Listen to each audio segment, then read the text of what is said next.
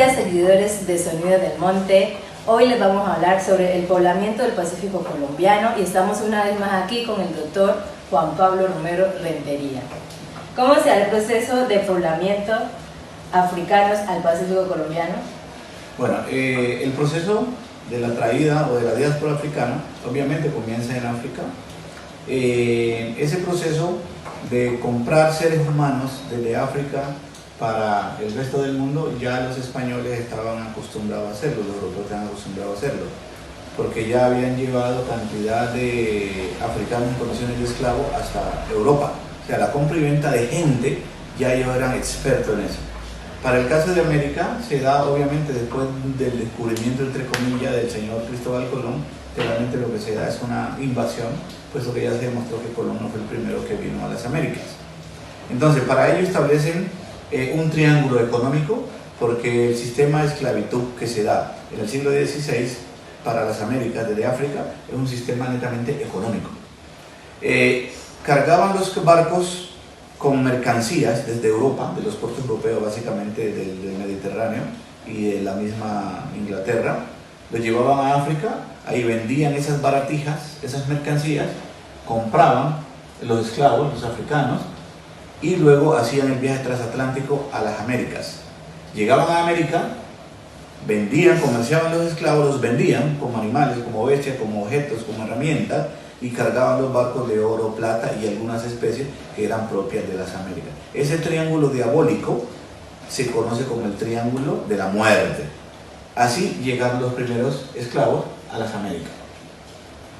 Para el caso colombiano, específicamente, que nos compete acá a nosotros, los esclavos llegaban obviamente a Cartagena, que era el puerto, digamos, como llaman el puerto negrero en las Américas, uno de los más importantes, después de Cuba y Santo Domingo. Los esclavos subían por el río Magdalena hasta la desembocadura del río Cauca. Por ahí subían las barcazas llenas de esclavos, y en el caso del valle llegaban hasta lo que es hoy Cali, sobre el río sobre el río Cauca. Desde Cali era un epicentro de distribución de esclavos. En el caso del Pacífico, de Cali venían los esclavos hacia lo que es la frontera del mar. Era un camino que había desde Cali hasta Buenaventura y que inicialmente llegaba en lo que se conoce hoy como Punta del Agua, donde el río Pepita se une o desemboca en el río Dagua, concretamente en el punto de Cisneros, hoy Cisneros. Allí había un punto de llegada de barcos. Dice la historia que ahí llegó precisamente Efraín y María de la novela famosa que tenemos de Jorge Isaac, y de allí bajaban hacia el Pacífico, hacia el mar, y se daba el poblamiento. Los ríos nuestros, desde la cordillera occidental, corren hacia el mar perpendicularmente. Entonces, normalmente para salir de un río a otro se sale al mar, se entra al río, se sale al mar y se entra al otro río. O sea que vamos, desde Anchicayá, Raposo, Mallorquín, Cajambre, Yurumangui, y en el caso del valle, el último, el que separa Valle, Cauca, que es el río Naya. Aunque ya se descubrieron históricamente caminos, tanto indígenas como afros, que pasaban de un río a otro sin necesidad de salir al mar. Sí. Entonces, esos dueños de esclavos permanecían en las partes urbanas. En el caso del Valle, en Cali, en Cartago, en Bugalagrande, Anselma, etcétera, etcétera, y tenían sus propiedades dentro de los ríos nuestros, en las cabeceras de los ríos, donde sacaban obviamente ese preciado metal, que es el oro. Solo traían hombres. Desde el descubrimiento de América hasta 150 años después, de África no se trajeron mujeres, ni de Europa se trajeron mujeres. ¿Y eso por qué? Porque las mujeres, de acuerdo a la visión, a la concepción del esclavista, no era productiva, porque dentro del mes iban a perder entre 3, 4 o 5 días por el proceso natural de la menstruación de las mujeres, y que eran unos días perdidos para la extracción del oro, y lo que él venía era por el metal. Cuando llegaron los europeos, en este caso para el Pacífico los españoles, ellos no venían a quedarse, ellos venían a saquear.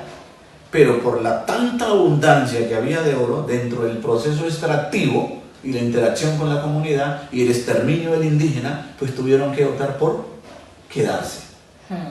Y obviamente la venida de los africanos se da por la extinción prácticamente de los indígenas, de los aborígenes que habían acá. En ese orden de idea, cuando llega Colón a las Américas, en lo que es hoy Colombia, el territorio que hoy Colombia, habían aproximadamente 3 millones de indígenas. 3 millones de indígenas, de la gran familia Chicha, que hoy quedan en Colombia más o menos 80, 82 etnias indígenas. Entonces, cuando ya esta población fue casi extinguida y que la redujeron para conservarla a resguardos, básicamente, entonces hubo un ideólogo católico, Fray Bartolomé de las Casas, que vino con Colón en el segundo viaje, porque el papá de Colón era muy amigo, el papá de Fray Bartolomé de las Casas era muy amigo de Colón, y él se entreveró, él ya era sacerdote, y se vino en ese viaje.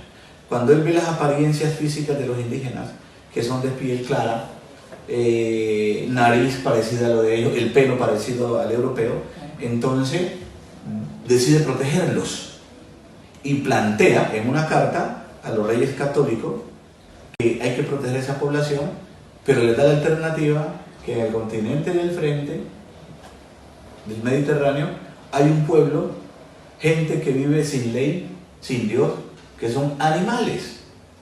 Ese es el concepto, que por lo tanto se les puede traer, someter, esclavizar y que no se les hace ningún daño.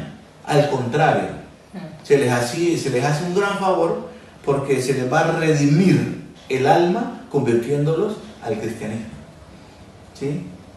Así que ese proceso es el que se da y luego se constituyen las famosas estructuras económicas que son las cuadrillas, que le hablaremos en el próximo video para que se quede con nosotros en Sonidos del Monte.